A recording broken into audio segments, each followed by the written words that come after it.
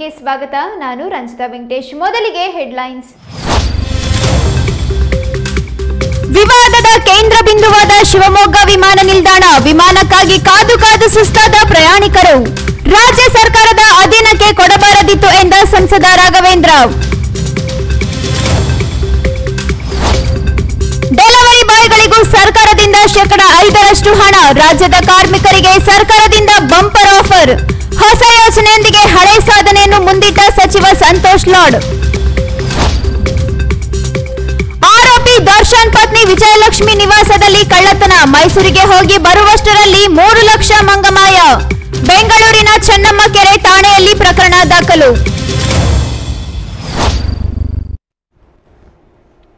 Delivery ಬಾಯ್ಗಳಿಗೆ ಸರ್ಕಾರದಿಂದ %5 ಹಣವನ್ನು ಕೊಡುವಂತೆ ಯೋಜಿಸಲಾಗಿದೆ. ಈ ಕುರಿತ ಬಿಗ್ ಬ್ರೇಕಿಂಗ್ ನ್ಯೂಸ್ ಬರ್ತಾ ಇದೆ, ಬನ್ನಿ ನೋಡೋಣ.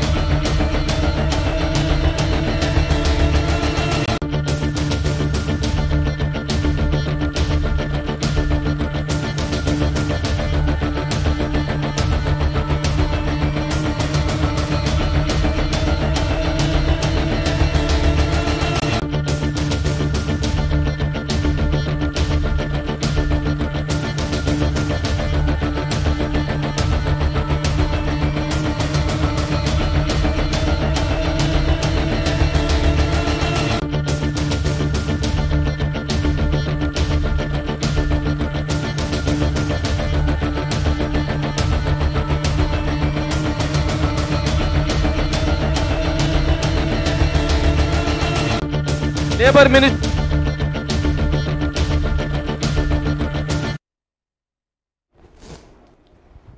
ರಾಜ್ಯದ ಅಸಂಘಟಿತ ಕಾರ್ಮಿಕರಿಗೆ ಕರ್ನಾಟಕ ರಾಜ್ಯ ಅಸಂಘಟಿತ ಕಾರ್ಮಿಕರ ಸಾಮಾಜಿಕ ಭದ್ರತಾ ಮಂಡಳಿಯ ಮೂಲಕ ಸಾಮಾಜಿಕ ಭದ್ರತೆ ಒದಗಿಸುವುದಾಗಿ ಸಚಿವ ಸಂತೋಷ್ ಲಾಡ್ ಘೋಷಿಸಿದ್ದಾರೆ.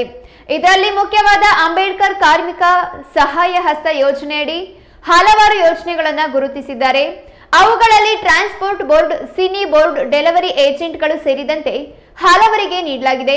ಕರ್ನಾಟಕ ರಾಜ್ಯದಲ್ಲಿ ಪ್ರಸ್ತುತ ವಿವಿಧ 91 ವರ್ಗದವರನ್ನ ಅಸಂಘಟಿತ ಕಾರ್ಮಿಕರು ಎಂದು ಗುರುತಿಸಲಾಗಿದ್ದು, ಇವರ ಪೈಕಿ ಹಿಂದುಳಿದ ವರ್ಗಗಳ ಪ್ರವರ್ಗ 1, 2A, 3A ಮತ್ತು 3Bಗೆ ಸೇರಿದ ಪಾರಂಪರಿಕ ವೃತ್ತಿಯಲ್ಲಿ ತೊಡಗಿರುವ ಕಾರ್ಮಿಕರು, ಕುಶಲಕರ್ಮಿಗಳು, ಕುಲಕಸುಬಿನಲ್ಲಿ ತೊಡಗಿರುವವರು, ಅಲೆಮಾರಿ ಹಾಗೂ ಅರೆ ಅಲೆಮಾರಿ ಪಂಗಡದ ಕಾರ್ಮಿಕರು ಇದ್ದಾರೆ. ಇನ್ನು ಕಾರ್ಮಿಕರಿಗೆ ವಿವಿಧ ಸೌಲಭ್ಯ ನೀಡಿದ್ದು, ಅಪಘಾತ ಪರಿಹಾರ ಸೌಲಭ್ಯ,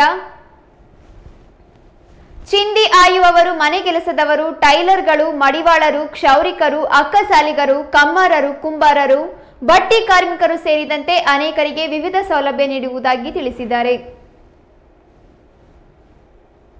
2 ವರ್ಷ ಆಗಿದೆ. ನಮ್ಮ ಇಲಾಖೆಯ ಕೆಲಸಗಳು, ಹೊಸ ಕಾರ್ಯಕ್ರಮಗಳನ್ನ ತಮ್ಮ ಮುಂದಿಗೆ ಬರಬೇಕು, ಹೇಳಬೇಕು, ಆಡಿಟ್ ರಿಪೋರ್ಟ್ನ ಹೇಳಬೇಕು. ಅದ್ರ ಜೊತೆಗೆ ಹೊಸ ಕಾರ್ಯಕ್ರಮಗಳ ಬಗ್ಗೆ ತಮಗೆ ಜಾಸ್ತಿ ಮಾಹಿತಿಯನ್ನು ಕೊಡಲಿಕ್ಕೆ ನಮ್ಮ ಇಲಾಖೆಯಿಂದ, ಜಿಲ್ಲಾಡಳಿತದಿಂದ ಈ ಒಂದು ಕಾರ್ಯಕ್ರಮದಲ್ಲಿ ನಾವೆಲ್ಲ ಇಲ್ಲಿ ಭಾಗಿಯಾಗಿದ್ದೇವೆ. ಪ್ರಪ್ರಥಮದಲ್ಲಿ ನಾವೀಗ 3 ಬಿಲ್ಗಳನ್ನು ತಂದಿದ್ದೇವೆ. ಮೊದಲನೇ bill gig bill. Gig bill ಅಂತಂದ್ರೆ ಯಾರು ಆ್ಯಪ್ ಮುಖಾಂತರ ಟ್ರಾನ್ಸ್ಪೋರ್ಟೇಷನ್ ಮಾಡ್ತಾರೆ, ಝೊಮ್ಯಾಟೊ ಇರ್ಬೋದು, ಸ್ವಿಗ್ಗಿ ಇರ್ಬೋದು, ಅಮೆಝಾನ್ ಇರ್ಬೋದು, ಬ್ಲಿಂಕಿಟ್ ಇರ್ಬೋದು, ಈ ಥರ ಆ್ಯಪ್ಗಳಲ್ಲಿ ಯಾರು ಕೆಲಸ ಮಾಡ್ತಾರೆ, ಟ್ರಾನ್ಸ್ಪೋರ್ಟ್ ಯಾರು ಮಾಡ್ತಾ ಇದ್ದಾರೆ, ಟ್ರಾನ್ಸ್ಪೋರ್ಟ್ ವ್ಯವಸ್ಥೆಯಲ್ಲಿ ಯಾರು ಇರ್ತಾರೆ ಅವರಿಗೆ ಗಿಗ್ ವರ್ಕರ್ ಅಂತ ಹೇಳ್ತೀವಿ. ನಮ್ಮ ಕರ್ನಾಟಕ ರಾಜ್ಯದಲ್ಲಿ ಬಹುತೇಕ ಸುಮಾರು 5 ಲಕ್ಷಕ್ಕೂ ಹೆಚ್ಚು ಜನರು ಇರತಕ್ಕಂಥದ್ದೊಂದು ಮಾಹಿತಿ ಇದೆ.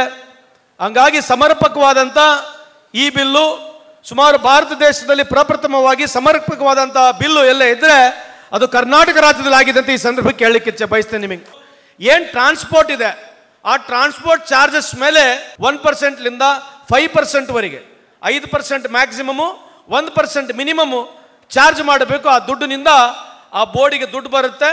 ಅದರ ಜೊತೆಗೆ ಸಹಭಾಗಿತ್ವವಾಗಿ ಸರ್ಕಾರ ಕೂಡ ದುಡ್ಡು ಕೊಡುತ್ತೆ. ಅದರಿಂದ ಇಡೀ ಕರ್ನಾಟಕ ರಾಜ್ಯದಲ್ಲಿ ಯಾರು ಗಿಗ್ ಎಕಾನಮಿ ಅಂತ ಹೇಳ್ತೀವಿ, ಯಾರು ಗಿಗ್ ವರ್ಕರ್ಸ್ ಇದ್ದಾರೆ ಅವ್ರಿಗೆ ಅನುಕೂಲ ಆಗತ್ತೆ ಅಂತ ಕೆಲಸ ಆಗತ್ತೆ. ಯಾಕೆ ಮಾಡಿದ್ವಿ ಅಂತಂದ್ರೆ, ಯಾರು ಗಿಗ್ ವರ್ಕರ್ ಎಕಾನಮಿನಲ್ಲಿ ಕೆಲಸ ಮಾಡ್ತಾ ಇದ್ದಾರೆ, ಯಾರು ಮೋಟರ್ ಬೈಕ್ನಲ್ಲಿ ಇರ್ತಕ್ಕಂಥವ್ರು, ಆಟೋದಲ್ಲಿ ಇರ್ತಕ್ಕಂಥವ್ರು ದಿನಕ್ಕೆ kg ಗಟ್ಟಲೆ ಕಾರ್ಬನ್ ಡೈಆಕ್ಸೈಡ್ ಕುಡಿತಾರೆ. So over all if U C, even though is working 20 years, he is going to compromise his life. ನಾವು ಎಷ್ಟೇ ದುಡ್ಡು ಕೊಡ್ಬೋದು, ನಾವೇನೇ ಮಾಡಿದ್ರು ಕೂಡ ಅವನಷ್ಟು ಕಾರ್ಬನ್ ಡೈಆಕ್ಸೈಡ್ ಅವನು ನುಂಗಿದ್ರೆ ದಿನಕ್ಕೆ ಅವನು 15ರಿಂದ 20 ವರ್ಷ ಯಾವುದೇ ಗಿಗ್ ಎಕಾನಮಿನಲ್ಲಿ ಒಬ್ಬ ಟೂ ವೀಲರು ಅಥವಾ ಆಟೋ ರಿಕ್ಷಾ ಡ್ರೈವರ್ ಕೆಲಸ ಮಾಡ್ತಾ ಇದ್ರೆ ಅವನಿಗೆ ಖಂಡಿತವಾಗ್ಲೂ ಅವನು ಮುಂದೆ ಭವಿಷ್ಯ ಕಾಂಪ್ರಮೈಸ್ ಮಾಡ್ತಾ ಇದ್ದಾನೆ. ಅಂಥವರಿಗೆ ಅನುಕೂಲ ಆಗ್ಬೇಕಂತ ಹೇಳಿ ಇವತ್ತು ಈ ಪ್ರಾರಂಭ ಮಾಡಿರ್ತಕ್ಕಂಥ ಬಿಲ್ಲು. ಎರಡನೇದು ಸಿನಿ ಬಿಲ್ ಮಾಡಿದ್ದೀವಿ. ಸಿನಿ ಬಿಲ್ನಲ್ಲಿ ಕರ್ನಾಟಕ ರಾಜ್ಯದಲ್ಲಿ 4 ಕೋಟಿ ಜನ ವರ್ಷಕ್ಕೆ ಅಂದಾಜು ನಮ್ಮ ಟಿಕೆಟ್ಗಳನ್ನ ಹರಿತಾರೆ.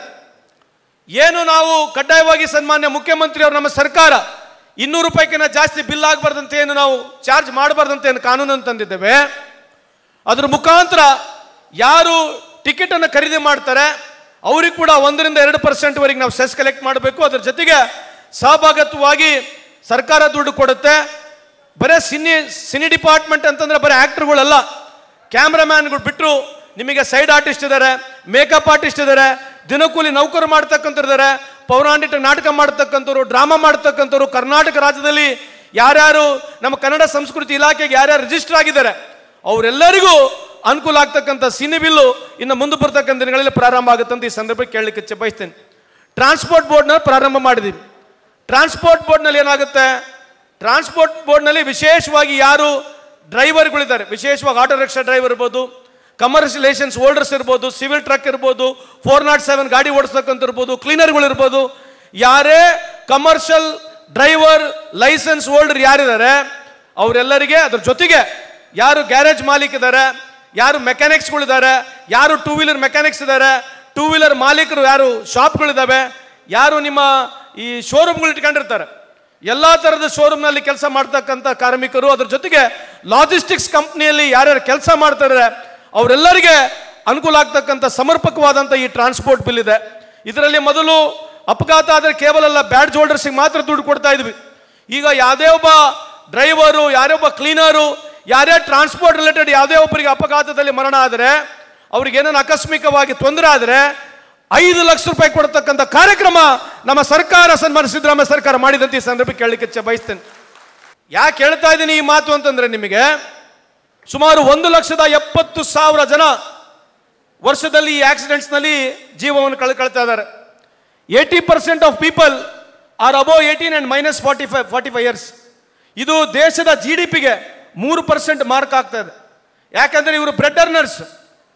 Any bread earner one who loses is life, obviously that family cannot come out of the poverty. ಅದಕ್ಕೆ ದಯಮಾಡಿ ಈ ಬೋರ್ಡ್ ಮುಖಾಂತರ ನಾವು ಹೆಚ್ಚಿನ ಒತ್ತು ಕೊಡ್ತಕ್ಕಂಥದ್ದು ಬರೇ ಸೆಟಲ್ಮೆಂಟ್ ಮಾಡಿ ದುಡ್ಡು ಕೊಡ್ಬೇಕಂತದಲ್ಲ, ಅವೇರ್ನೆಸ್ನ ಕ್ರಿಯೇಟ್ ಮಾಡಬೇಕು. ನೀವು KDP ಮೀಟಿಂಗ್ಗಳಲ್ಲಿ ಎಲ್ಲೆಲ್ಲಿ ಈ ಆಕ್ಸಿಡೆಂಟ್ ಆಗ್ತಕ್ಕಂಥ ಜಾಸ್ತಿ ಸ್ಪಾಟ್ಸ್ಗಳಿದಾವೆ. ಶಿವಮೊಗ್ಗ ಏರ್ಪೋರ್ಟ್ ಅನ್ನು ರಾಜ್ಯ ಸರ್ಕಾರದ ಅಧೀನಕ್ಕೆ ಕೊಡಬಾರದಿತ್ತು ಎಂದು ಸಂಸದ BY ರಾಘವೇಂದ್ರ ಹೇಳಿಕೆ ನೀಡಿದ್ದಾರೆ. ಈ ಕುರಿತ ಬಿಗ್ ಬ್ರೇಕಿಂಗ್ ನ್ಯೂಸ್ ಬರ್ತಾ ಇದೆ, ಬನ್ನಿ ನೋಡೋಣ.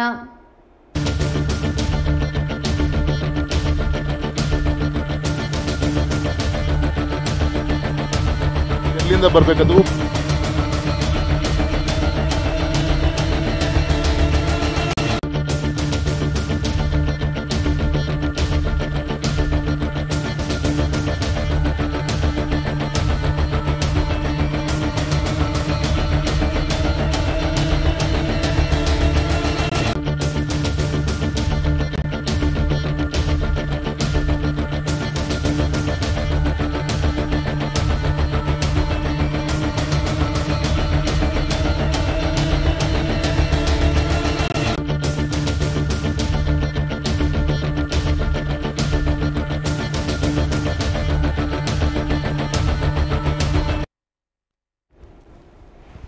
ಶಿವಮೊಗ್ಗ ಏರ್ಪೋರ್ಟ್ಗೆ ಸಾರ್ವಜನಿಕರು ಹಿಡಿಶಾಪ ಹಾಕುತ್ತಿರುವ ಬೆನ್ನಲ್ಲೇ ಸಂಸದ ರಾಘವೇಂದ್ರ ಮಾಧ್ಯಮಗಳಿಗೆ ಪ್ರತಿಕ್ರಿಯೆ ನೀಡಿದ್ದಾರೆ.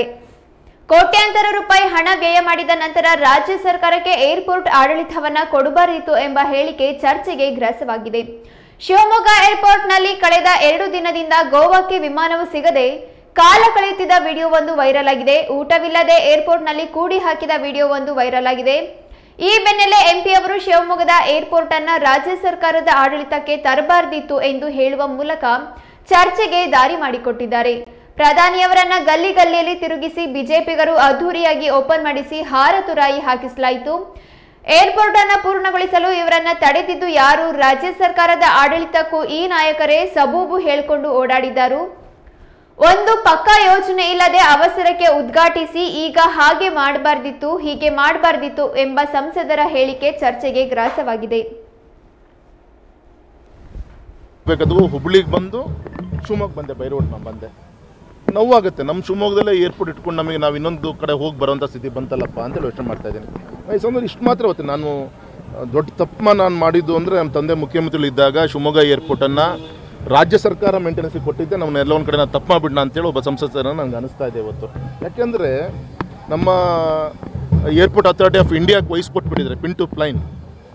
ಇವತ್ತು ಆದಷ್ಟು ಬೇಗ ಆಗ್ತಾಯಿತ್ತು. ಹಾಗಾಗಿ ಇವತ್ತು ಒಂದೊಂದು ಕೋಟಿ ಬೇಕು ಅಂದರೂ ಕೂಡ ಇವ್ರು ಕ್ಯಾಬಿನೆಟ್ ಮೀಟಿಂಗು, ಟೆಂಡರು, ಪ್ರೋಸೆಸ್ಸು ನಾನು ಇಷ್ಟ ಈಗ ಹೇಳ್ತಾ ಇರೋದು. ಮೊನ್ನೆ ನೈಟ್ ಲ್ಯಾಂಡಿಂಗ್ ಫೆಸಿಲಿಟಿ ಇಲ್ಲ ನಮ್ಮಲ್ಲಿ. ಇನ್ಸ್ಟ್ರೂಮೆಂಟ್ ಬಂದಾಯ್ತು, 3 ತಿಂಗಳಾಯಿತು. ಒಂದು 2-3 ಕೋಟಿ ಬೇಕು ಕಾಮಗಾರಿಗೆ. ಅದು ಟೆಂಡರು ಅಂತೇಳಿ 2-3 ತಿಂಗಳು ಸಮಯವನ್ನು ಹಾಳು ಮಾಡಿದೆ. ಇಲ್ಲಿ ನಿರ್ಮಿತಿ ಕೇಂದ್ರಕ್ಕೋ ಯಾರಿಗೋ ಕೊಟ್ಟರೆ ವಿತೌಟ್ ಟೆಂಡರು ಅವರು ಇಂಪ್ಲಿಮೆಂಟೇಷನ್ ಮಾಡಿ ಮುಗಿಸೋದ್ಲ ಹ್ಯಾಂಡ್ ಓವರ್ ಮಾಡ್ತಾರಪ್ಪ. ದುಡ್ಡು ಕೊಡೋಕ್ಕೂ ಟೈಮ್ ಕಿಲ್ ಆಗ್ತಾ ಇದೆ. ಇಂಪ್ಲಿಮೆಂಟೇಷನ್ ವರ್ಕ್ ಆಗಲಿಕ್ಕೂ ಕೂಡ ಇವತ್ತು ಈ ಥರ ಮಾಡ್ತಾ ಇದ್ದಾರೆ. ಇದರಿಂದ ನಮಗೆ ಬರುವಂಥ ಅನೇಕ ಅವಕಾಶಗಳು ಬೇರೆ ಕಡೆಗೆ ಹೋಗೋಂಥ ಚಾನ್ಸಸ್ ಕಾಣ್ತಾ ಇದೆ. ಈಗೂ ಕೂಡ ಸರ್ಕಾರಕ್ಕೆ ನಾನು ವಿನಂತಿ ಮಾಡ್ಕೊತೇನೆ, ಆದಷ್ಟು ಬೇಗ ಕಾಮಗಾರಿಗಳನ್ನು ಮುಗಿಸಿ ನೈಟ್ ಲ್ಯಾಂಡಿಂಗ್ ಫೆಸಿಲಿಟಿಯನ್ನು ಆಪ್ರೇಟ್ ಮಾಡ್ಲಿಕ್ಕೆ ಕೊಟ್ಟರೆ ನಾನು ಮುಂದೆ ಡೆಲ್ಲಿಲಿ ನಾನು ಪ್ರಯತ್ನ ಮಾಡಿ ಇನ್ನೂ ನಂಬರ್ ಆಫ್ ಫ್ಲೈಟ್ಸನ್ನು ಇಲ್ಲಿ ತರಲಿಕ್ಕೆ ನಾನು ಪ್ರಯತ್ನ ಮಾಡ್ಬೋದು. ಇಲ್ಲಾಂದರೆ ಈ ರೀತಿ ಮೋಡದ ವಾತಾವರಣ ಇದ್ದರೆ ಎಷ್ಟೋ ಫ್ಲೈಟ್ಸ್ಗಳು ಕ್ಯಾನ್ಸಲ್ ಆಗಬಹುದು.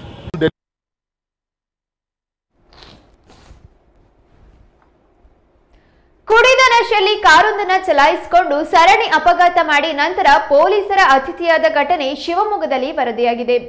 ನೆಹರು ರಸ್ತೆಯಲ್ಲಿ ರಾಂಗ್ ಸೈಡ್ನ ಅನ್ಮೋಲ್ ಕಡೆಯಿಂದ ಬುಲೆನೋ ಕಾರನ್ನ ಚಲಾಯಿಸಿಕೊಂಡು ಬಂದ ವ್ಯಕ್ತಿಯನ್ನ ಗೋಪಿ ವೃತ್ತದ ಬಳಿ ಸಂಚಾರಿ ಪೊಲೀಸರು ತಡೆದ್ರು ಸಹ ಅವನನ್ನ ಬೈಪಾಸ್ ಮಾಡಿಕೊಂಡು ಜೋಯಾಲುಕಾಸ್ ಬಳಿ ಟಿವಿಎಸ್ನಲ್ಲಿ ಹೋಗುತ್ತಿದ್ದ ಮುತ್ತು ಎಂಬುವವರಿಗೆ ಅಪಘಾತ ಮಾಡಿದ್ದಾನೆ. ನಂತರ ಮಹಾವೀರ ವೃತ್ತ ತಲುಪುವುದರ ಒಳಗೆ ಇಬ್ಬರು ಮೂವರಿಗೆ ಗಾಯಪಡಿಸಿದ್ದಾನೆ. ನಂತರ ಬಾಲರಾಜ್ ಅರಸ್ ರಸ್ತೆಯಲ್ಲಿರುವ ತಹಶೀಲ್ದಾರ್ ಕಚೇರಿ ಮುಂದೆ ಆಟೋ, ಕಾರು ಮತ್ತು ಬಸ್ಗೆ ಡಿಕ್ಕಿಪಡಿಸಿದ್ದಾನೆ. ಈ ವೇಳೆ ಸಾರ್ವಜನಿಕರು ಈ ಕಾರು ಚಾಲಕ ದರ್ಪದಿಂದ ಬೇಸತ್ತು ಮುತ್ತಿಕೊಂಡಿದ್ದಾರೆ. ಮದ್ಯ ಸೇವಿಸಿ ಚಲಾಯಿಸಿ ಅಪಘಾತ ಪಡಿಸಿರುವುದಾಗಿ ಸಾರ್ವಜನಿಕರು ಆರೋಪಿಸಿದ್ದಾರೆ. ಆತನನ್ನ ಮತ್ತು ವಾಹನವನ್ನ ಪೂರ್ವ ಸಂಚಾರಿ ಪೊಲೀಸ್ ಠಾಣೆಗೆ ಸಾಗಿಸಲಾಗಿದೆ. ಅಪಘಾತ ಪಡಿಸಿದ ವ್ಯಕ್ತಿಯನ್ನ ಹೊನ್ನಳ್ಳಿಯ ಕುಮಾರ್ ಎಂದು ಗುರುತಿಸಲಾಗಿದೆ.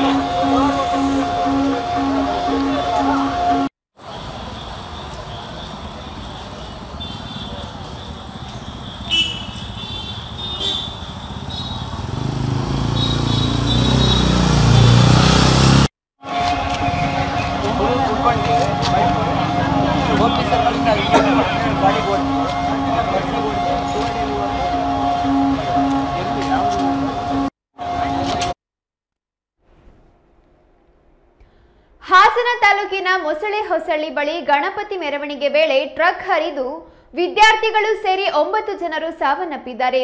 ಈ ದುರಂತಕ್ಕೆ ಸಿಎಂ ಸಿದ್ದರಾಮಯ್ಯ, ಮಾಜಿ ಪ್ರಧಾನಿ ಎಚ್.ಡಿ. ದೇವೇಗೌಡರು ಸೇರಿದಂತೆ ಹಲವರು ಆಘಾತ ವ್ಯಕ್ತಪಡಿಸಿದ್ದು ಮೃತರಿಗೆ ಸಂತಾಪ ಸೂಚಿಸಿದ್ದಾರೆ. ಇದೀಗ ಪ್ರಧಾನಿ ನರೇಂದ್ರ ಮೋದಿ ಅವರು ಕೂಡ ಮೃತರ ಆತ್ಮಕ್ಕೆ ಶಾಂತಿ ಕೋರಿದ್ದಾರೆ. ಜೊತೆಗೆ 2 ಲಕ್ಷ ರೂಪಾಯಿ ಪರಿಹಾರ ಘೋಷಿಸಿದ್ದಾರೆ. ಈ ಕುರಿತಾಗಿ ಟ್ವೀಟ್ ಮಾಡಿರುವ ಪ್ರಧಾನಿ ನರೇಂದ್ರ ಮೋದಿ, ಕರ್ನಾಟಕದ ಹಾಸನದಲ್ಲಿ ನಡೆದ ದುರಂತ ಇದೊಂದು ಹೃದಯ ವಿದ್ರಾವಕ ಘಟನೆ. ದುಃಖಗೊಂಡಿರುವ ಕುಟುಂಬಗಳಲ್ಲಿ ನಾನು ಭಾಗಿಯಾಗಿದ್ದೇನೆ. ಗಾಯಗೊಂಡವರು ಆದಷ್ಟು ಬೇಗ ಚೇತರಿಸಿಕೊಳ್ಳಲಿ ಎಂದು ಆಶಿಸುತ್ತೇನೆ ಎಂದಿದ್ದಾರೆ. ಮೃತರ ಕುಟುಂಬಗಳಿಗೆ ಸಾಂತ್ವನ ಹೇಳಿರುವ ಪ್ರಧಾನಿ ಮೋದಿ, ಪಿಎಂ ರಾಷ್ಟ್ರೀಯ ಪರಿಹಾರ ನಿಧಿಯಿಂದ ಮೃತರಿಗೆ ತಲಾ 2 ಲಕ್ಷ ರೂಪಾಯಿ ಮತ್ತು ಗಾಯಾಳುಗಳಿಗೆ ತಲಾ 50,000 ರೂಪಾಯಿ ಪರಿಹಾರ ಘೋಷಣೆ ಮಾಡಿದ್ದಾರೆ.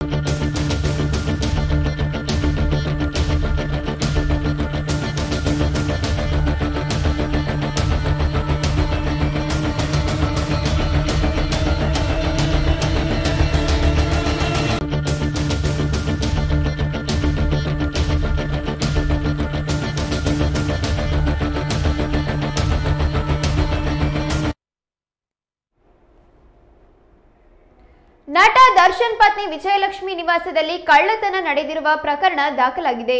ಈ ಕುರಿತ ಬಿಗ್ ಬ್ರೇಕಿಂಗ್ ನ್ಯೂಸ್ ಬರ್ತಾ ಇದೆ, ಬನ್ನಿ ನೋಡೋಣ.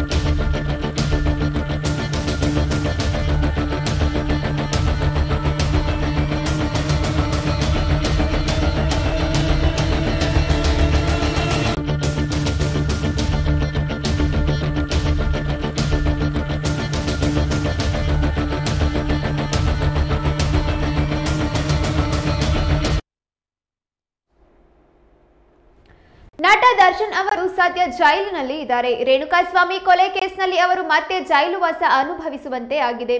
ಹೀಗಿರುವಾಗಲೇ ವಿಜಯಲಕ್ಷ್ಮಿ ಮನೆಯಲ್ಲಿ ಕಳ್ಳತನ ನಡೆದಿದೆ.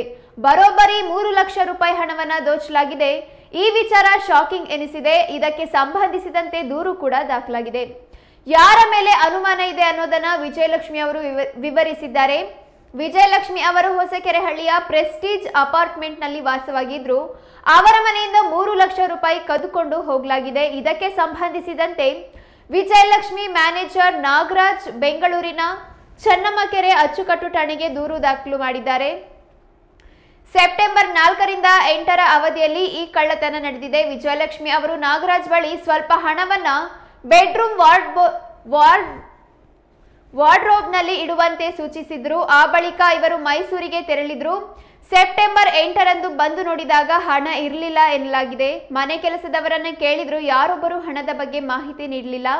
ಹೀಗಾಗಿ ದೂರು ದಾಖಲು ಮಾಡಲಾಗಿದೆ.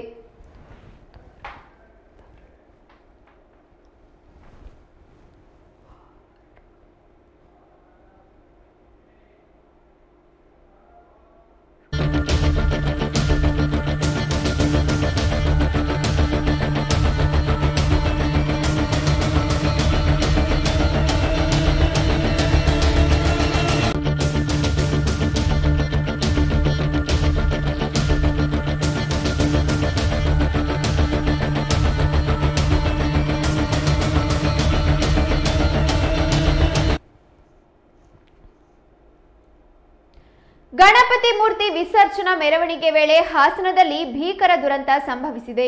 ಗಣೇಶ ಮೂರ್ತಿ ವಿಸರ್ಜನಾ ಮೆರವಣಿಗೆ ಹೋಗುತ್ತಿದ್ದ ಜನರ ಮೇಲೆ ಟ್ರಕ್ ಹರಿದಿದ್ದು ಸಾವಿನ ಸಂಖ್ಯೆ 9ಕ್ಕೆ ಏರಿಕೆಯಾಗಿದೆ.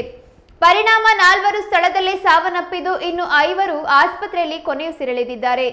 ಇನ್ನು ಗಾಯಗೊಂಡವರಿಗೆ ಚಿಕಿತ್ಸೆ ಮುಂದುವರಿಸಿದ್ದು ಸಾವಿನ ಸಂಖ್ಯೆ ಇನ್ನಷ್ಟು ಹೆಚ್ಚಾಗುವ ಸಾಧ್ಯತೆಗಳಿವೆ. ಹಾಸನ ತಾಲೂಕಿನ ಮುಸಳೆಹಳ್ಳಿ ಗ್ರಾಮದಲ್ಲಿ ಈ ದುರ್ಘಟನೆ ನಡೆದಿದ್ದು ಗ್ರಾಮದಲ್ಲಿ ಜನರ ಆಕ್ರಂದನ ಮುಗಿಲು ಮುಟ್ಟಿದೆ. ರಸ್ತೆಯ ಒಂದು ಬದಿಯಿಂದ ಏಕಾಏಕಿ ಡಿವೈಡರ್ಗೆ ಗುದ್ದಿ ಯಮನಂತೆ ಬಂದ ಟ್ರಕ್ ನೇರವಾಗಿ ಸಾವಿರಾರು ಜನರಿದ್ದ ಮೆರವಣಿಗೆಗೆ ನುಗ್ಗಿದೆ. ಪರಿಣಾಮ ಸ್ಥಳದಲ್ಲೇ 4 ಮೃತಪಟ್ಟಿದ್ದು 20ಕ್ಕೂ ಹೆಚ್ಚು ಜನರಿಗೆ ಗಂಭೀರ ಗಾಯಗಳಾಗಿವೆ. ಇನ್ನು ಗಾಯಾಳುಗಳನ್ನು ವಿವಿಧ ಆಸ್ಪತ್ರೆಗಳಿಗೆ ರವಾನಿಸಲಾಗಿದ್ದು ಸಾವಿನ ಸಂಖ್ಯೆ ಇದೀಗ 9ಕ್ಕೆ ಏರಿಕೆಯಾಗಿದೆ.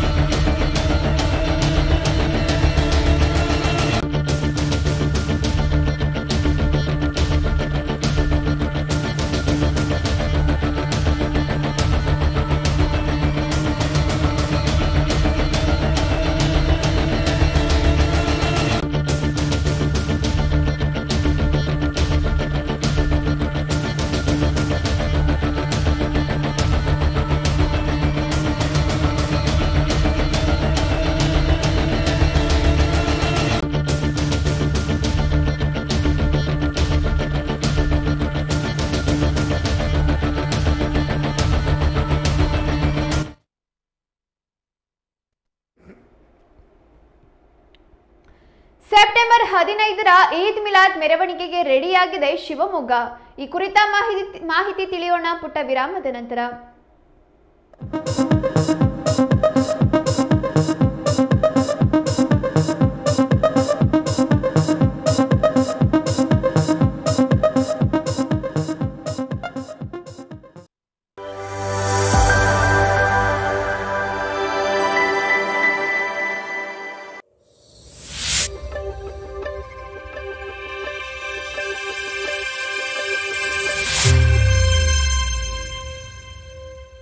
ನಿಮ್ಮೂರಿನಲ್ಲಿ ಸಮಸ್ಯೆಗಳು ಇವೆಯಾ? ಸಂಬಂಧಪಟ್ಟವರ ಗಮನಕ್ಕೆ ತಂದ್ರೂ ಪ್ರಯೋಜನವಾಗಿಲ್ವೇ? ಹಾಗಾದ್ರೆ ನೀವು ಮಾಡಬೇಕಾಗಿರೋ ಕೆಲಸ ಇಷ್ಟೇ. ನಿಮ್ಮೂರಿನ ಸಮಸ್ಯೆ ಕುರಿತು ವಿಡಿಯೋ ಮಾಡಿ ಸ್ವಲ್ಪ ಮಾಹಿತಿ ನೀಡಿ. ಆ ವಿಡಿಯೋವನ್ನ ಈ ನಂಬರ್ಗೆ ಕಳುಹಿಸಿಕೊಡಿ. 9900218866. ನಿಮ್ಮ ಸಮಸ್ಯೆಗೆ ನಾವು ಧ್ವನಿಯಾಗುತ್ತೇವೆ. ವಾಟ್ಸ್ಆಪ್ ವರದಿಗಾರ. ವಿಶ್ವವಿಖ್ಯಾತ ಜೋಗ ಜಲಪಾತ, ಆಗುಂಬೆಯ ವೈಭವ, ಕೊಡಚಾದ್ರಿಯ ಸೌಂದರ್ಯ, ತುಂಗೆ ಮತ್ತು ಭದ್ರೆಯರ ಆರ್ಭಟ, ಶರಾವತಿ ನದಿಯ ವಿಹಂಗಮ ನೋಟ, ಮಲೆನಾಡ ಹೆಬ್ಬಾಗಿಲಿನ ಸಮಗ್ರ ಚಿತ್ರಣ,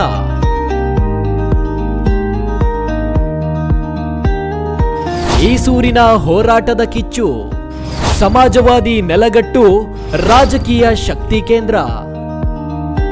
ಮಲೆನಾಡಿನ ಸಮಗ್ರ ಸುದ್ದಿಗಳಿಗಾಗಿ ಕನ್ನಡ ಮೀಡಿಯಂ 24x7 ವೀಕ್ಷಿಸಿ.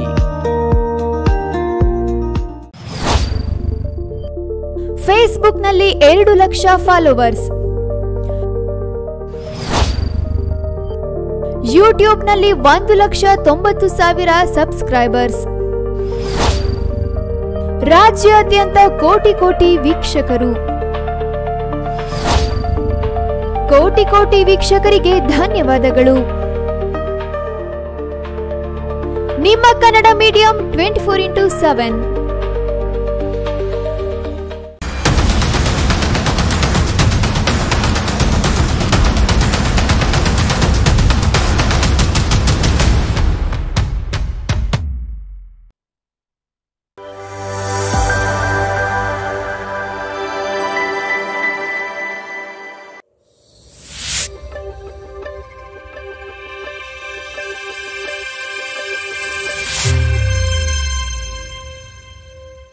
ನಿಮ್ಮೂರಿನಲ್ಲಿ ಸಮಸ್ಯೆಗಳು ಇವೆಯಾ? ಸಂಬಂಧಪಟ್ಟವರ ಗಮನಕ್ಕೆ ತಂದ್ರೂ ಪ್ರಯೋಜನವಾಗಿಲ್ವೇ? ಹಾಗಾದ್ರೆ ನೀವು ಮಾಡಬೇಕಾಗಿರೋ ಕೆಲಸ ಇಷ್ಟೇ. ನಿಮ್ಮೂರಿನ ಸಮಸ್ಯೆ ಕುರಿತು ವಿಡಿಯೋ ಮಾಡಿ ಸ್ವಲ್ಪ ಮಾಹಿತಿ ನೀಡಿ. ಆ ವಿಡಿಯೋವನ್ನ ಈ ನಂಬರ್ಗೆ ಕಳುಹಿಸಿಕೊಡಿ. 9900218866. ನಿಮ್ಮ ಸಮಸ್ಯೆಗೆ ನಾವು ಧ್ವನಿಯಾಗುತ್ತೇವೆ. ವಾಟ್ಸ್ಆಪ್ ವರದಿಗಾರ. ವಿಶ್ವವಿಖ್ಯಾತ ಜೋಗ ಜಲಪಾತ, ಆಗುಂಬೆಯ ವೈಭವ, ಕೊಡಚಾದ್ರಿಯ ಸೌಂದರ್ಯ, ತುಂಗೆ ಮತ್ತು ಭದ್ರೆಯರ ಆರ್ಭಟ, ಶರಾವತಿ ನದಿಯ ವಿಹಂಗಮ ನೋಟ, ಮಲೆನಾಡ ಹೆಬ್ಬಾಗಿಲಿನ ಸಮಗ್ರ ಚಿತ್ರಣ,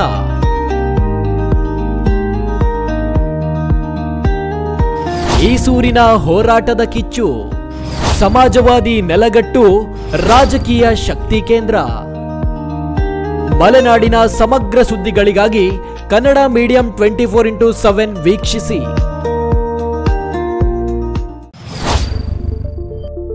ಫೇಸ್ಬುಕ್ನಲ್ಲಿ 2 ಲಕ್ಷ ಫಾಲೋವರ್ಸ್, ಯೂಟ್ಯೂಬ್ನಲ್ಲಿ 1,90,000 ಸಬ್ಸ್ಕ್ರೈಬರ್ಸ್,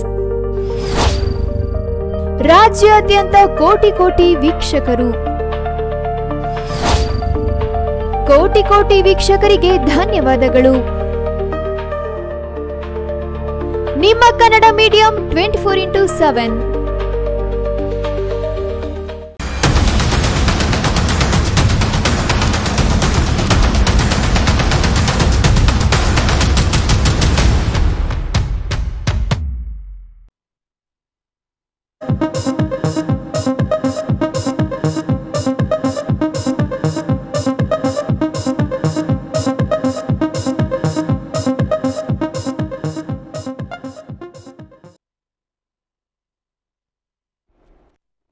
ವಿರಾಮದ ನಂತರ ನಮ್ಮ ಊರು ನಮ್ಮ ಸುದ್ದಿಗೆ ಸ್ವಾಗತ. ಮಲೆನಾಡ ಹೆಬ್ಬಾಗಿಲು ಶಿವಮೊಗ್ಗ ಈದ್ ಮಿಲಾದ್ ಮೆರವಣಿಗೆಗೆ ಸಿದ್ಧವಾಗಿದೆ. ಸೆಪ್ಟೆಂಬರ್ 15ರಂದು ನಡೆಯಲಿರುವ ಈ ಮೆರವಣಿಗೆಗೆ ಶಿವಮೊಗ್ಗದ ಪ್ರಮುಖ ರಸ್ತೆಗಳು ಮತ್ತು ಪ್ರಮುಖ ಸರ್ಕಲ್ಗಳಲ್ಲಿ ಲೈಟಿಂಗ್ಸ್ ಹಾಕಿ ಅಲಂಕಾರಗೊಳಿಸಲಾಗ್ತಾ ಇದೆ. ನಗರದ ರಾಗಿಗುಡ್ಡ, ಬಿಎಚ್ ರಸ್ತೆ, ಬಾಲರಾಜ್ ಅರಸು ರಸ್ತೆ, ಅಮೀರ್ ಅಹಮದ್ ಸರ್ಕಲ್ನಲ್ಲಿ ಈ ಮೆರವಣಿಗೆಗಳು ನಡೆಯಲಿದ್ದು ಪೊಲೀಸರು ಸಹ ಕಟ್ಟೆಚ್ಚರ ವಹಿಸಿದ್ದಾರೆ.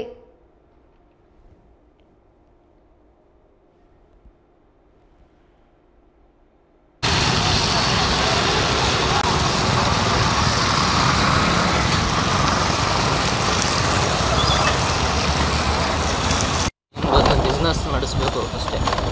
ಕರೆಕ್ಟಾಗಿ ಸಿಗ ಅಂದರೆ ಇದರ ಗೇಟ್ ಹತ್ರ ಮನೆ ಹತ್ರ ಅಂದರೆ ಇದು ಮನೆ ಹತ್ರ ಎಲ್ಲ ನಮಗೂ ಸ್ವಲ್ಪ ತಿಳುವಳಿಕೆ ಇದೆ. ಈ ಥರ ಸೈಡಲ್ಲಿ ಇಟ್ಕೊಂಡಿದ್ದೀವಿ, ಅಷ್ಟು ಗೊತ್ತಾಗಲ್ಲ. ರಿಪೋರ್ಟ್ರುಗಳು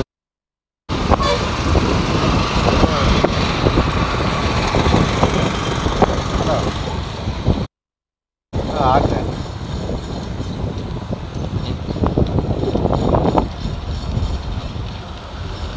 ಅಣ್ಣ ತೆಗಿಬೇಡ ಕಣೋ.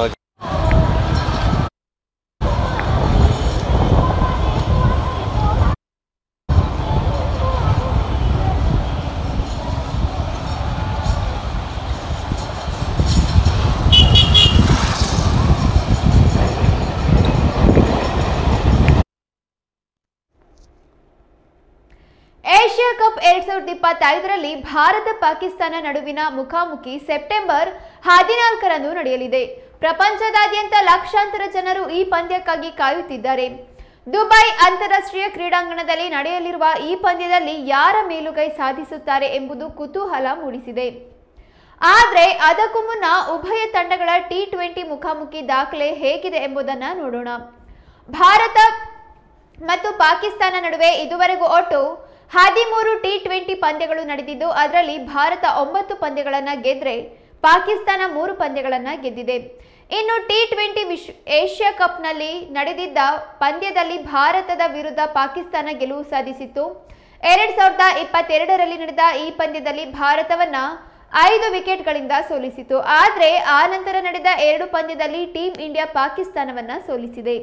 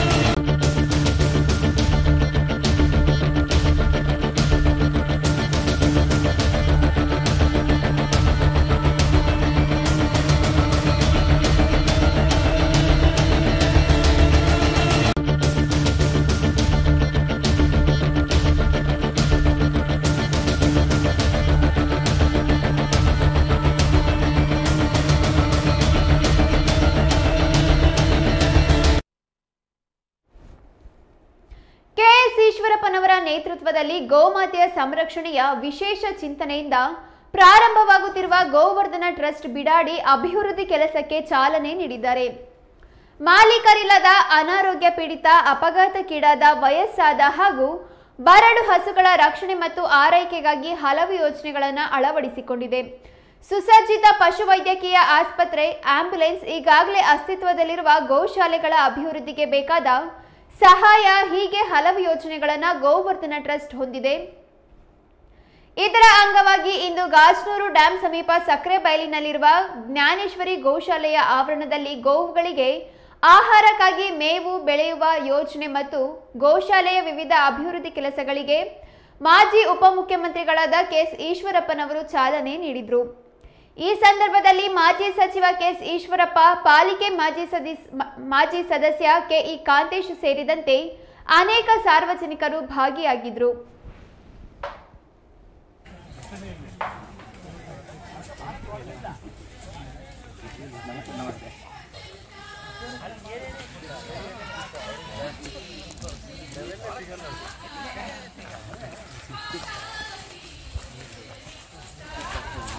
ಎಡಬಲದಲ್ಲಿ ಗಜಗಳಿಂದ ಪೂಜೆಗೊಳ್ಳುತ್ತಾ, ಎಡಬಲದಲ್ಲಿ ಗಜಗಳಿಂದ ಪೂಜೆ ಬಂದಳ್ಳೋಡೆ ಬಂದಳ್ಳೋಡೆ ಮಂದಿರದೋಳು ತಂದೆ ಜಗನ್ನಾಥ ವಿಠಲನ ಸೃಷ್ಟಿಗೊಡೆಯ ತಂದೆ ಜಗನ್ನರ ಮನೆಗೆ ಭಾಗ್ಯದ ಲಕ್ಷ್ಮೀ ಬಂದಳು ನೋಡೆ, ಸೌಭಾಗ್ಯದ ಲಕ್ಷ್ಮೀ ಬಂದಳು ನೋಡೆ. ಅರವಿಂದೇ ಬಹುಭವಾಮಿ ಜಗನ್ವಾಮಿ ಶ್ರೇಯಜಾತರ್ಷಯಾಯ ಶ್ರಿಯಂ ವಯೋಚರದರ್ಶಯ ದದಾತಿ ಶ್ರೇಯಂ ಮದಾನ ಪ್ರದದಾತಿ ಸಂವಿಧಾನ ದರ್ಶಯ ಏವೇನ ದರ್ಶಯ ಮದಾತಿ ಗುರುಶ್ರೇಷ್ಠ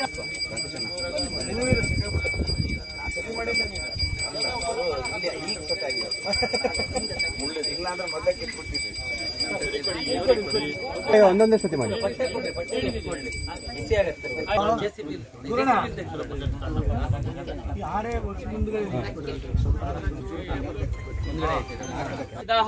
तस्य वृतिलीनस्य परस महेश्वरः अवाय सर्वश्री लक्ष्मी सर्वे वाहन देवताभ्यो नमः महागणादि मूर्तये नमः भूदेवताभ्यो नमः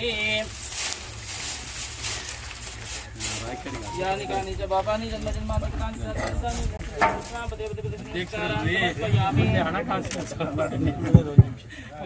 ಎಲ್ಲ ಹಂಗೆ ತಗೊಂಬಿಡಿ.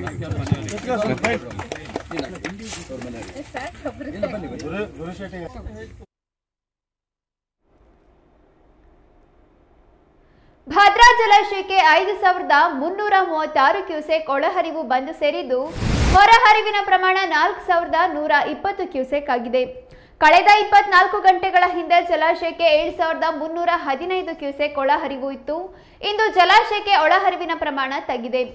ಇನ್ನು ಜಲಾಶಯದ ಒಟ್ಟು ಸಂಗ್ರಹಣಾ ಸಾಮರ್ಥ್ಯ 186 ಅಡಿಯಾಗಿದ್ದು ಪ್ರಸ್ತುತ ಮಟ್ಟ 185.1 ಅಡಿಯಾಗಿದೆ.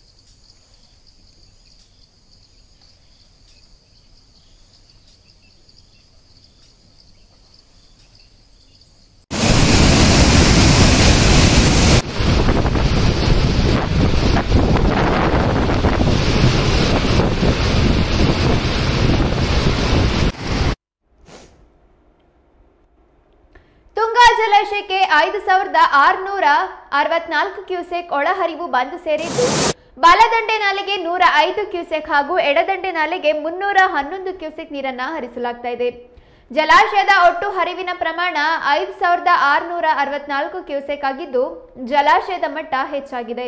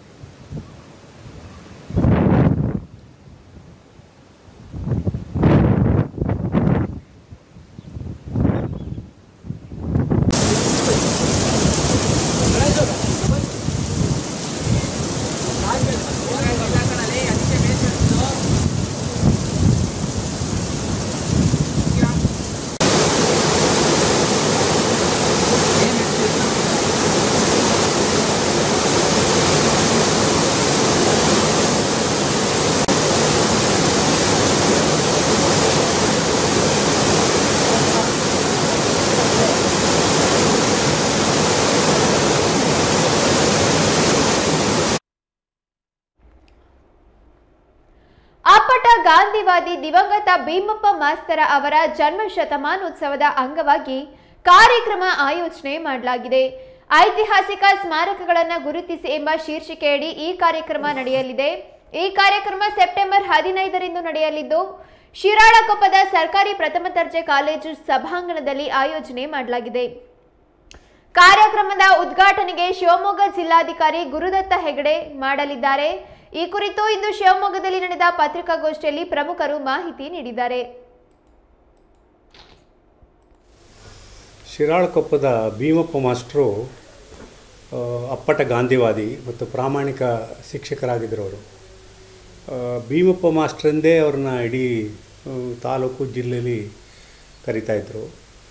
ಅವರಿಗೆ ಈ ವರ್ಷ ಡಿಸೆಂಬರ್ 31ಕ್ಕೆ 100 ವರ್ಷಗಳು ತುಂಬುತ್ತಿತ್ತು. ಆದರೆ ಅವರ ಹೆಸರಿನಲ್ಲಿ ಭೀಮಪ್ಪ ಮಾಸ್ತರ ಪ್ರತಿಷ್ಠಾನ ಅಂತಿದೆ. ಅದರ ಅಡಿಯಲ್ಲಿ ನಾವು ಅವರ ಜನ್ಮ ಶತಮಾನೋತ್ಸವ ಕಾರ್ಯಕ್ರಮಗಳನ್ನ ಹಮ್ಮಿಕೋಬೇಕು ಅಂತ ತೀರ್ಮಾನ ಮಾಡಿದೆ ಈ ಪ್ರತಿಷ್ಠಾನ. ಈ ಹಿನ್ನೆಲೆಯಲ್ಲಿ ನಾವು ಐತಿಹಾಸಿಕ ಸ್ಮಾರಕಗಳನ್ನು ಉಳಿಸಿ ಸಂರಕ್ಷಿಸಿ ಅಂಥೇಳಿ ಎಲ್ಲ ಕಾಲೇಜುಗಳಲ್ಲಿ, ಜಿಲ್ಲೆಯ ಬಹುತೇಕ ಶಿಕಾರಿಪುರ ತಾಲೂಕಿನ ಎಲ್ಲ ಸುಮಾರು 10-12 ಕಾಲೇಜುಗಳಲ್ಲಿ ನಾವು ಈ ಕಾರ್ಯಾಗಾರವನ್ನು ಒಂದು ಪಿ ಪಿ ಟಿ ಪ್ರಸ್ತುತಿಯನ್ನು ಮಾಡ್ತಾ ಮಕ್ಕಳಿಗೆ ಅರಿವನ್ನು ಮೂಡಿಸ್ತಕ್ಕಂಥದ್ದು. ಅದರಲ್ಲೂ ಕಾಲೇಜ್ ವಿದ್ಯಾರ್ಥಿಗಳಿಗೆ, ಡಿಗ್ರಿ ವಿದ್ಯಾರ್ಥಿಗಳಿಗೆ ಇವತ್ತು ಶಾಸನಗಳ ಬಗ್ಗೆ, ಆಮೇಲೆ ಹಳೆಯ ಸ್ಮಾರಕಗಳ ಬಗ್ಗೆ, ಇವತ್ತು ಜಿಲ್ಲೆಯಲ್ಲಿ ಅನೇಕ ಸ್ಮಾರಕಗಳಿದ್ದಾವೆ. ಅನೇಕ ಚೋಳರ ಕಾಲದ, ಚಾಲುಕ್ಯರ ಕಾಲದ ದೇವಸ್ಥಾನಗಳು ಇವತ್ತು ಇದ್ದಾವೆ. ಅವುಗಳನ್ನೆಲ್ಲ ಸಂರಕ್ಷಿಸ್ತಕ್ಕಂಥ ಕೆಲಸ ಆರ್ಕಿಯಾಲಜಿಕಲ್ ಡಿಪಾರ್ಟ್ಮೆಂಟ್ ಮಾಡ್ತಿದ್ದರೂ ಕೂಡ ಇವರು ಭಾಳ ಅದಕ್ಕೆ ಐತಿಹಾಸಿಕ ಈ ಸ್ಮಾರಕಗಳ ಬಗ್ಗೆ ಭಾಳ ಕಾಳಜಿನ ಹೊಂದಿದ್ರು ಭೀಮಪ್ಪ ಮಾಸ್ಟರ್. ಅದಕ್ಕೆ ನಮಗೆ ಸಾಕ್ಷಿನೇ ಇದು ಶಿರಾಳಕೊಪ್ಪದ ಬಳ್ಳಿಗಾವೆ ಅಂತ ಹೇಳ್ಬೋದು.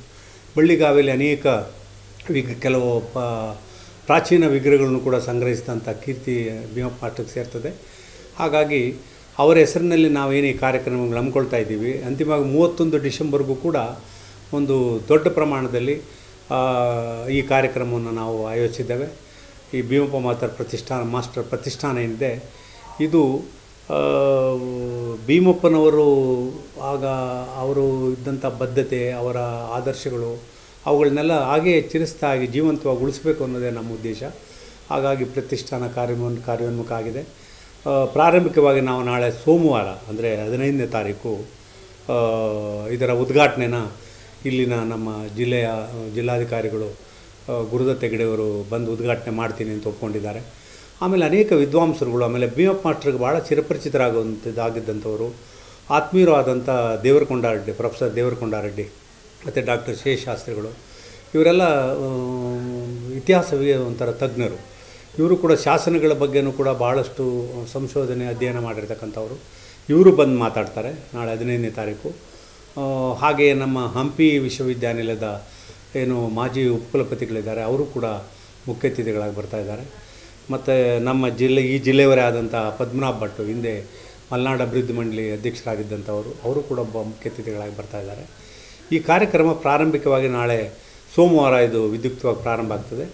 ನಂತರ ಇದರ ಚಟುವಟಿಕೆಗಳು ಡಿಸೆಂಬರ್ 31ರವರೆಗೂ ನಡೀತವೆ. ಡಿಸೆಂಬರ್ 31ರಂದು ಇದರ ಸಮಾರೋಪ ನಡೆಯುತ್ತೆ. ಮುಂದೆನೂ ಕೂಡ ಇವರ ಹೆಸರಿನಲ್ಲಿ ಈ ಪ್ರತಿಷ್ಠಾನ ಅನೇಕ ಕಾರ್ಯಕ್ರಮಗಳನ್ನ ಹಮ್ಮಿಕೊಳ್ಳುವಂಥ ಒಂದು ಆಲೋಚನೆ ಇದೆ. ಈಗಾಗಲೇ ಅನೇಕ ಪ್ರಕಟಣೆಗಳನ್ನು ಕೂಡ ನಾವು ತಂದಿದ್ದೇವೆ. ಮೂಗೂರು ಮಲ್ಲಪ್ಪನವ್ರದ್ದು, ಆಮೇಲೆ ಈ ಭೀಮಪ್ಪನವರೇ ಸ್ವತಃ ರಚಿಸಿದಂಥ ಅನೇಕ ಕವನಗಳನ್ನು ನಾವು ಸಂಕಲನದ ರೂಪದಲ್ಲಿ ಹೊರಗೆ ತಂದಿದ್ದೇವೆ. ಆಮೇಲೆ ಉಚಿತ ವೈದ್ಯಕೀಯ ಶಿಬಿರಗಳನ್ನ ನಡೆಸುವಂಥ ಕೆಲಸ ನಾವು ಮಾಡ್ತಾಯಿದ್ದೇವೆ. ಮತ್ತು ಕ್ರೀಡಾ ಚಟುವಟಿಕೆಗಳಲ್ಲೂ ಕೂಡ ಮಕ್ಕಳನ್ನು ಉತ್ತೇಜಿಸಬೇಕು ಅಂಥೇಳಿ ಆ ಉತ್ತೇಜನ ನೀಡುವ ಸಲುವಾಗಿ ನಾವು ರಾಜ್ಯ ಮಟ್ಟದಲ್ಲಿ ಒಂದು ಬ್ಯಾಡ್ಮಿಂಟನ್ ಟೂರ್ನಮೆಂಟ್ ಕೂಡ ಮಾಡಿದ್ವಿ. ಎಲ್ಲ ಒಳ್ಳೆಯ ಸೀನಿಯರ್ ಪ್ಲೇಯರ್ಗಳು ಕೂಡ ಅದರಲ್ಲಿ ಭಾಗವಹಿಸಿ ಅದನ್ನು ಭಾಳ ಯಶಸ್ವಿಗೊಳಿಸಿದರು. ಇಂಥ ಹಲವಾರು ನಾವು ಕಾರ್ಯಕ್ರಮಗಳನ್ನ ಈ ಭೀಮಪ್ಪ ಮಾಸ್ಟರ್ ಪ್ರತಿಷ್ಠಾನ ಶಿರಾಳಕೊಪ್ಪ ಏನಿದೆ ಇದರಡಿಯಲ್ಲಿ ನಾವು ಸಂಘಟಿಸ್ತಾ ಇದ್ದೇವೆ. ಇದರ ಇನ್ನೊಂದು ವೈಶಿಷ್ಟ್ಯ ಅಂದರೆ ಈ ಕಾರ್ಯಕ್ರಮ ನಾವು 31ನೇ ತಾರೀಕು ಇಟ್ಕೊಳ್ತಿರೋದಕ್ಕೆ ಅವರು ಹುಟ್ಟಿದ್ದು ಸತ್ತಿದ್ದು ಎರಡೂ ಒಂದೇ ದಿನ. 31 ಡಿಸೆಂಬರ್ ಏನಿದೆ ಅವರು ಜನಿಸಿದ ದಿನವೂ 31 ಡಿಸೆಂಬರ್ ಮತ್ತು ಅವರು ನಿಧನರಾಗಿದ್ದು ಕೂಡ 31 ಡಿಸೆಂಬರ್. ಹಾಗಾಗಿ ಈ ವೈಶಿಷ್ಟ್ಯವನ್ನು ಕೂಡ ನಾವು ಈ ಸಂದರ್ಭದಲ್ಲಿ, ಇದು ಕೆಲವರಿಗೆ ಸೋಜಿಗ ಅಂತ ಅನಿಸ್ತದೆ, ಆದರೂ ಕೂಡ ಆ ದಿನದಂದು ನಾವು ಇಟ್ಕೊಂಡಿದ್ದೇವೆ ಈ ಕಾರ್ಯಕ್ರಮನ. ಇದು ನಮ್ಮನ್ನು ಭಾಳಷ್ಟು ಇನ್ನು ಮುಂದೆ ಕಾರ್ಯಚಟುವಟಿಕೆಗಳನ್ನ ಹಮ್ಮಿಕೊಳ್ಳೋಕ್ಕೆ ನಮಗೆ ಖಂಡಿತ ಪ್ರೇರಣೆ ನೀಡ್ತದೆ ಅನ್ನೋ ಒಂದು ಹಂಬಲ ನಮ್ಮದು. ಇವಕ್ಕೆಲ್ಲ ಒಂದು ರೀತಿಯ ಭಾಳಷ್ಟು ಜನರ ಬೆಂಬಲ ಕೂಡ ಇದೆ. ಭಾಗವಹಿಸ್ತಕ್ಕಂಥದ್ದು ಕೂಡ ಅವರ ಶಿಷ್ಯರು ಅನೇಕ ಮಂದಿ ಶಿರಾಳಕೊಪ್ಪ, ಶಿವಮೊಗ್ಗ, ಶಿಕಾರಿಪುರದಲ್ಲಿದ್ದಾರೆ. ಅವರೆಲ್ಲರೂ ಕೂಡ ಇದಕ್ಕೆ ಕೈ ಜೋಡಿಸ್ತಾ ಇದ್ದಾರೆ. ಇದನ್ನು ಯಶಸ್ವಿಗೊಳಿಸೋಣ, ಇದರಲ್ಲಿ ನಾವೆಲ್ಲ ಭಾಗವಹಿಸ್ತೀವಿ, ಇನ್ನೂ ಅಚ್ಚುಕಟ್ಟಾಗಿ ಮುಂದೆ ಕಾರ್ಯಕ್ರಮಗಳನ್ನ ಹಮ್ಮಿಕೊಳ್ಳೋಣ ಅನ್ನೋ ಒಂದು ಒತ್ತಾಸೆಯನ್ನು ವ್ಯಕ್ತ ಮಾಡಿದ್ದಾರೆ. ಅವರೆಲ್ಲರೂ ಕೂಡ ಈ ಕಾರ್ಯಕ್ರಮಗಳಲ್ಲಿ ಭಾಗವಹಿಸ್ತಾರೆ ಅನ್ನೋ ವಿಶ್ವಾಸ ನಮ್ಮದಾಗಿದೆ.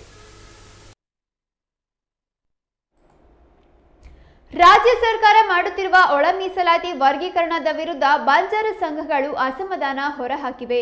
ಇದರ ಬೆನ್ನಲ್ಲೇ ಪ್ರತಿಭಟನಾ ಸ್ಥಳಕ್ಕೆ ಶಿವಮೊಗ್ಗ ಸಂಸದ ರಾಘವೇಂದ್ರ ಭೇಟಿ ನೀಡಿ ಪ್ರತಿಭಟನಾಕಾರರಿಗೆ ಸಾಥ್ ನೀಡಿದ್ದಾರೆ. ಶಿವಮೊಗ್ಗ ಜಿಲ್ಲಾಧಿಕಾರಿ ಕಚೇರಿ ಆವರಣದಲ್ಲಿ ಪ್ರತಿಭಟನೆ ನಡೆಯುತ್ತಿದ್ದು, ಸರ್ಕಾರ ಬಂಜಾರ ಸಂಘದ ಜನಸಂಖ್ಯೆಗೆ ಆಧರಿಸಿ ಮೀಸಲಾತಿ ನೀಡಲಿ ಎಂದು ಇಂದು ಶಿವಮೊಗ್ಗದ ಸಂಸದರು ಆಗ್ರಹ ಮಾಡಿದರು.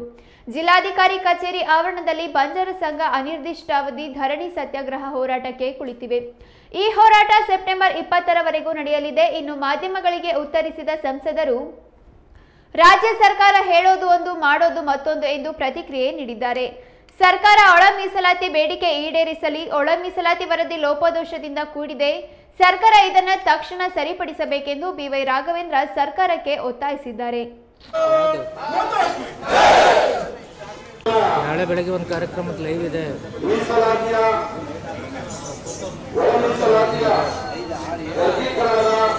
ನೇತೃತ್ವದಲ್ಲಿ ಜಿಲ್ಲಾ ಪಂಚಾಯತ್ ಸಂಘದ ನೇತೃತ್ವದಲ್ಲಿ ಮತ್ತು ತಾಲೂಕು ಪಂಚಾಯತ್ ಸಂಘ, ತಾಲೂಕು ಮಹಿಳಾ ಸಂಘ, ಜಿಲ್ಲಾ ಮಹಿಳಾ ಇವತ್ತು 2ನೇ ದಿನಕ್ಕೆ ನಾವು ಕಾಲಿಟ್ಟಿದ್ದೇವೆ. ನಾವು ಈ ದಿನ ಭದ್ರಾವತಿ ತಾಲೂಕಿನ ಈ ಒಂದು ಮೀಸಲಾತಿ ವರ್ಗೀಕರಣದ ವಿರೋಧವಾಗಿ ನಾವಿವತ್ತು ಚಳವಳಿಯನ್ನ ಅನಿರ್ದಿಷ್ಟ ಅವಧಿ ಚಳವಳಿಯನ್ನ ಮಾಡಿದರು. ಶಿವಮೊಗ್ಗ ತಾಲೂಕಿನ ಲಿಗೆ ತಾಂಡದ ಸರ್ಕಾರಕ್ಕೆ ನಾವು ಎಚ್ಚರಿಕೆ ಕೊಟ್ಟಿದ್ದು, ಆದರೂ ಕೂಡ ಅವತ್ತಿನ ದಿನ ನಾವು ಹೇಳಿದ್ವಿ. ಅವತ್ತಿನ ದಿನ ಈ ಒಂದು ಸಂಘಟನೆಯ ಸುಮಾರು 30,000 ಸಂಖ್ಯೆಯಲ್ಲಿ ನಾವು ಸೈನ್ಸ್ ಮೈದಾನದಿಂದ ಯುಸಿ ಆಫೀಸರು ನಾವು ಒಂದು ಮನವಿಯನ್ನು ಕೊಟ್ಟಿದ್ವಿ. ನಾವು ಈ ಒಂದು ಏನು ಈ ಒಳ ಮೀಸಲಾತಿಯನ್ನ ತರಲಿಕ್ಕೆ ಅಂತ ಹೇಳಿ ಎಲ್ಲ ಪ್ರಯತ್ನ ಪಟ್ಟಾಗ 2000 ತರೋಣ ಅಂತ ಅನ್ಕೊಂಡಿದ್ವಿ. ಆದ್ರೆ ಕಳೆದ ಬಿಜೆಪಿ ಸರ್ಕಾರ ಇದನ್ನ ನ್ಯಾಯಮೂರ್ತಿ ಸದಾಶಿವ ಬಿಜೆಪಿ ಅವರು 4% 4 ಜೊತೆ ಕೊಟ್ಟಿದ್ದಾರೆ, ನಮಗೆ ಇವರು 5ರಿಂದ 6% ಕೊಡ್ತಾರೆ ಅಂತ ಅನ್ಕೊಂಡಿದ್ವಿ. ಆದ್ರೆ ಆ ರೀತಿ ಆಗಲಿಲ್ಲ. ಒಂದು ಮಾರ್ಗವಾದ ಅಂಶ ಅಂದ್ರೆ ಅಸ್ಪೃಶ್ಯ ಅಂತ ಸೇರಿಸಿದ್ರು. ಇದರರ್ಥ ಏನೋ ಒಂದು ಹುನ್ನಾರ ನಡೆದಿದೆ. ಮಹಾಭಾರತದ ಕಥೆಗಳನ್ನ ಬೀದಿ ನಾಟಕದಲ್ಲಿ ಈ ದೇಶದ ಒಂದು ಸಂಸ್ಕೃತಿಯನ್ನ ಎತ್ತಿಡುವಂತ ಜನಾಂಗ ಸಣ್ಣ ಜಾತಿಗಳು ಅವರಿಗೆ ಅಧಿಕೃತವಾಗಿ ನಮ್ಮನ್ನ ಪರಿಶಿಷ್ಟ ಜಾತಿಯನ್ನು ಸೇರಿಸಲಾಯಿತು. ಅದಾದ ನಂತರ ಏನಾಯ್ತು, ಸ್ವಾತಂತ್ರ್ಯ ಬಂತು 1947ರಲ್ಲಿ. ಆಮೇಲೆ ಏನಾಯ್ತು,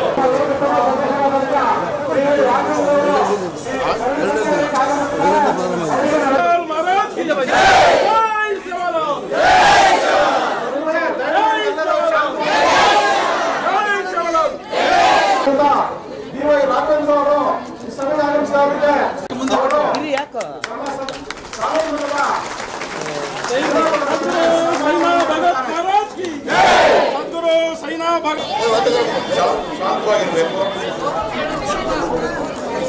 ಒಂದು ಕಡೆ ನ್ಯಾಯಮೂರ್ತಿ ನಾಗಮೋಹನ್ ದಾಸ್ ಅವರ ವರದಿ ಕುಡಿತೀವಿ ಹೊರತು ಈ ಒಂದು ಮೀಸಲಾತಿ ವರದಿಯನ್ನು ಒಪ್ಪಲಿಕ್ಕೆ ಸಾಧ್ಯ ಇಲ್ಲ. ಹಾಗಾಗಿ ಏನಿವತ್ತು ಕಾಂಗ್ರೆಸ್ ಸರ್ಕಾರ ಈ ರೀತಿಯ ಒಳ ಮೀಸಲಾತಿ ವಿಷಯದಲ್ಲಿ ನಾವು ಯಾರು ವಿರೋಧವನ್ನು ಮಾಡ್ತಾ ಇಲ್ಲ.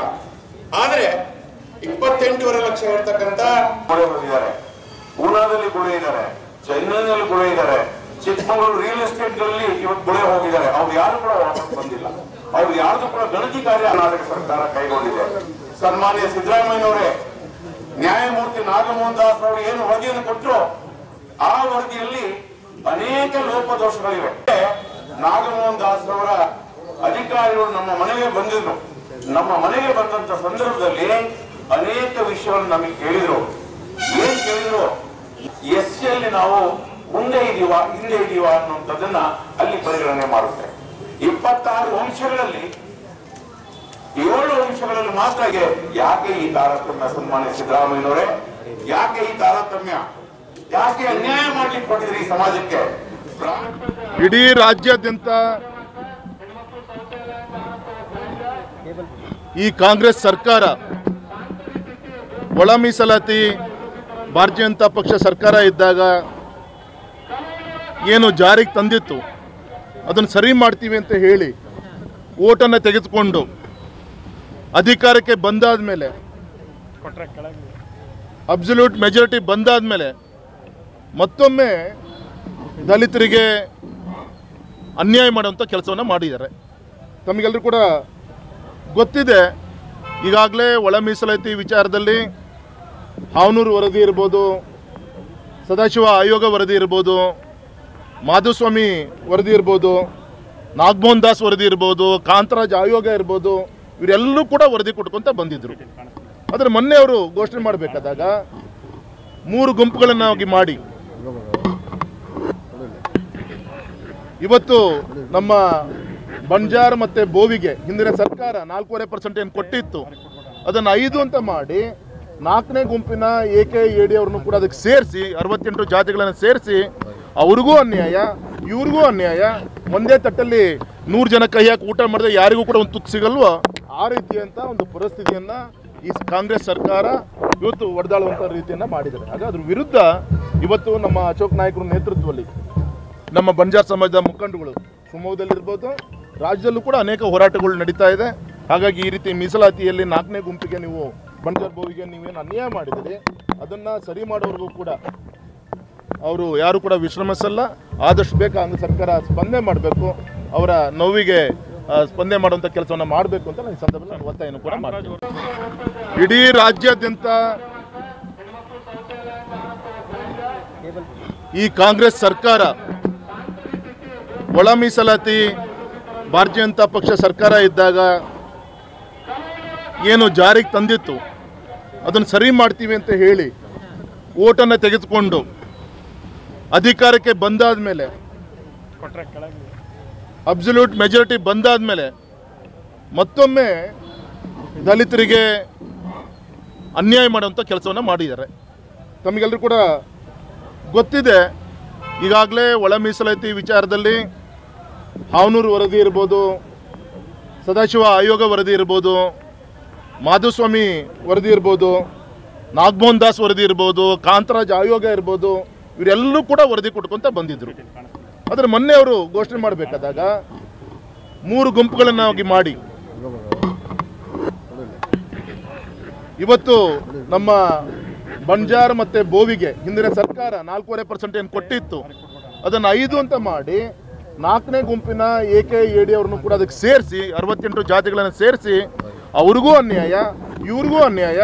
ಒಂದೇ ತಟ್ಟಲ್ಲಿ 100 ಜನ ಕೈ ಹಾಕಿ ಊಟ ಮಾಡಿದ್ರೆ ಯಾರಿಗೂ ಕೂಡ ಒಂದು ತುತ್ತು ಸಿಗಲ್ವೋ ಆ ರೀತಿಯಂಥ ಒಂದು ಪರಿಸ್ಥಿತಿಯನ್ನು ಈ ಕಾಂಗ್ರೆಸ್ ಸರ್ಕಾರ ಇವತ್ತು ಒಡೆದಾಳುವಂಥ ರೀತಿಯನ್ನು ಮಾಡಿದ್ದಾರೆ. ಹಾಗೆ ಅದ್ರ ವಿರುದ್ಧ ಇವತ್ತು ನಮ್ಮ ಅಶೋಕ್ ನಾಯ್ಕರ ನೇತೃತ್ವದಲ್ಲಿ ನಮ್ಮ ಬಂಜಾರ ಸಮಾಜದ ಮುಖಂಡಗಳು ಶಿವಮೊಗ್ಗದಲ್ಲಿರ್ಬೋದು, ರಾಜ್ಯದಲ್ಲೂ ಕೂಡ ಅನೇಕ ಹೋರಾಟಗಳು ನಡೀತಾ ಇದೆ. ಹಾಗಾಗಿ ಈ ರೀತಿ ಮೀಸಲಾತಿಯಲ್ಲಿ 4ನೇ ಗುಂಪಿಗೆ ನೀವು ಬಂಜಾರ ಬೋವಿಗೆ ನೀವೇನು ಅನ್ಯಾಯ ಮಾಡಿದಿರಿ ಅದನ್ನು ಸರಿ ಮಾಡೋವರೆಗೂ ಕೂಡ ಅವರು ಯಾರು ಕೂಡ ವಿಶ್ರಮಿಸಲ್ಲ. ಆದಷ್ಟು ಬೇಗ ಅಂಗ ಸರ್ಕಾರ ಸ್ಪಂದನೆ ಮಾಡಬೇಕು, ಅವರ ನೋವಿಗೆ ಸ್ಪಂದನೆ ಮಾಡುವಂಥ ಕೆಲಸವನ್ನು ಮಾಡಬೇಕು ಅಂತ ನಾನು ಈ ಸಂದರ್ಭದಲ್ಲಿ ನಾನು ಒತ್ತಾಯವನ್ನು ಕೂಡ ಮಾಡ್ತೀನಿ. ಇಡೀ ರಾಜ್ಯಾದ್ಯಂತ ಈ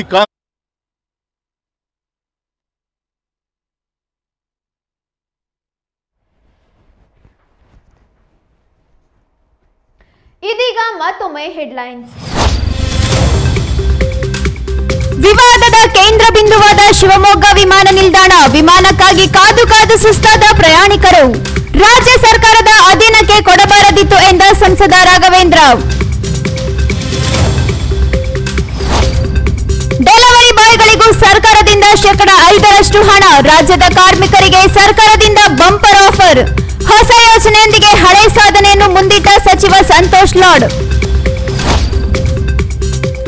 ಆರೋಪಿ ದರ್ಶನ್ ಪತ್ನಿ ವಿಜಯಲಕ್ಷ್ಮಿ ನಿವಾಸದಲ್ಲಿ ಕಳ್ಳತನ, ಮೈಸೂರಿಗೆ ಹೋಗಿ ಬರುವಷ್ಟರಲ್ಲಿ 3 ಲಕ್ಷ ಮಂಗಮಾಯ. ಬೆಂಗಳೂರಿನ ಚೆನ್ನಮ್ಮ ಕೆರೆ ಠಾಣೆಯಲ್ಲಿ ಪ್ರಕರಣ ದಾಖಲು. ಇದಿಷ್ಟು ಈ ಹೊತ್ತಿನ ಪ್ರಮುಖ ಸುದ್ದಿ. ಹೆಚ್ಚಿನ ಮಾಹಿತಿಗಾಗಿ ನೋಡ್ತಾ ಇರಿ ಕನ್ನಡ ಮೀಡಿಯಂ 24x7.